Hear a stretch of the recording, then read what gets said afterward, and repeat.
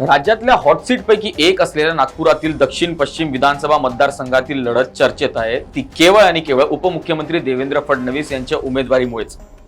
विरोधात असलेले काँग्रेसचे प्रफुल्ल गुडदे हे केवळ नावापुरतेच तर नाही ना अशी चर्चा मतदारसंघात रंगू लागली आहे। दक्षिण पश्चिम नागपूर विधानसभा मतदारसंघावर भाजपचे वर्चस्व आहे।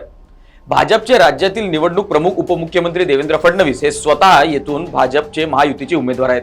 देवेंद्र फडणवीस हे राज्यभरातील प्रचार सभांमध्ये व्यस्त असल्याने त्यांचा बालेकिल्ला पदाधिकारी आणि कार्यकर्तेच सांभाळत आहेत, तर दुसरीकडे गुडदे यांची पदयात्रेच्या माध्यमातून संपर्क करताना दमछाक होत आहे।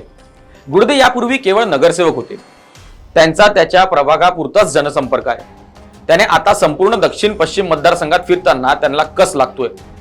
देवेंद्र फडणवीस हे राज्याचे उपमुख्यमंत्री असले तरी त्यांना मतदारसंघातील नागरिकांच्या समस्या सोडवण्याचा, त्यांच्याशी संवाद साधण्याकरिता स्वतंत्र यंत्रणा उभारल्या आहेत। सार्वजनिक उत्सवासोबतच शक्य असेल तेव्हा फडणवीस कार्यकर्ता आणि नागरिकांच्या भेटी घेतात, त्यांच्यात मिसळतात।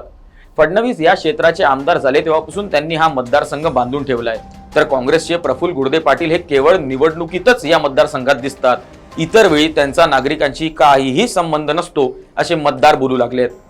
देवेंद्र फडणवीस हे सर्वच बाबतीत उजवे ठरत आहेत आणि त्यामुळेच केवळ आता लीड कितीची असेल याचीच चर्चा आहे।